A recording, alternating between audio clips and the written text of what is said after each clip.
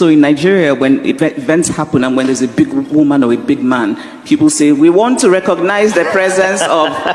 So I'm going to ask you to let me be very Nigerian today and say that I want to recognize the presence of a man I deeply respect and a man who I think is a beacon of hope, not just for Nigeria, but for Africa. And he's the man who many of us know won the elections in Nigeria. He's here with us, Mr. Peter Obi.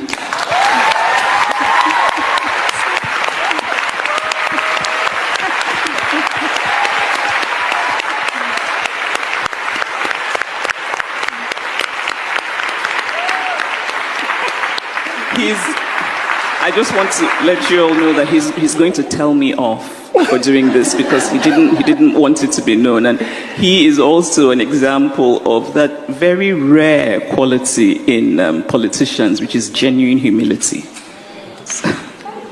Yes. The man many of us know won the election in Nigeria. This is coming from Chimamanda Ngozi Adichie's mouth.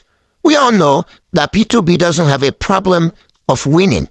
The issue has been being able to protect the victory. That is why in this video we're going to discuss not just how P2B can win the 2027 elections, but how the victory can be protected.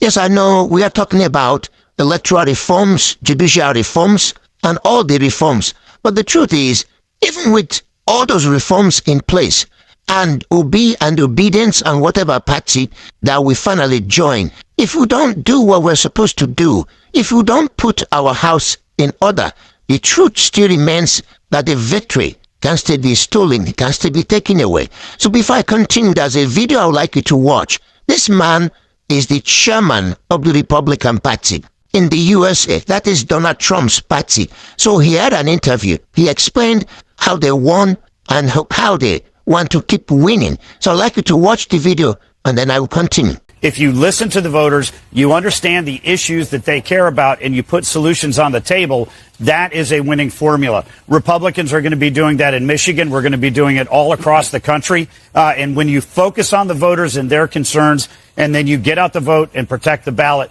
that's how we're going to win, by going right back to fundamentals. Okay, you've listened to the man. Now, please, if you're getting any value from this, I'll please want you to kindly subscribe to our channel, share this video, and also like it. Thank you so much. Now, you listen to the man. You can see what he said. The man mentioned 3 major points. Number 1, the man talked about focusing on the voters. The man spoke about how they need to know what the voters want, know their need, and speak to their needs. We all know P2B doesn't have a problem of focusing on voters. P2B has been going around the country. Even during the 2023 elections, P2B was able to connect with the voters. So that is not a problem. It will even be far more in 2027 because you have actually gone around the country and he knows their problem. So we don't have a problem of connecting with the voters. Then he mentioned number 2 thing, getting the people out to vote. We all know that is not also an issue for us as Obi supporters and Obi himself.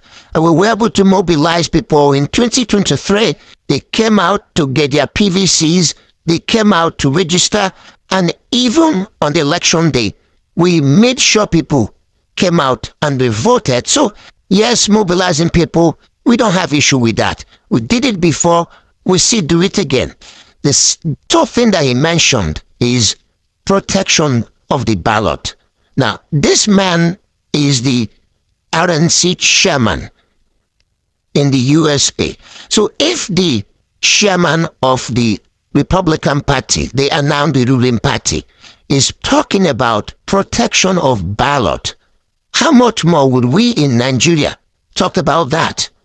So he is talking about that they will not just have good message, they will not just bring our people to vote, but they also spend resources, time, and also money, human and capital resources, to ensure that nobody steals their victory. That is what the man is saying. So in the same way, we must also ensure that we don't leave the protection of our victory to the We don't allow the police to be the ones to protect our victory for us. That is what it should be.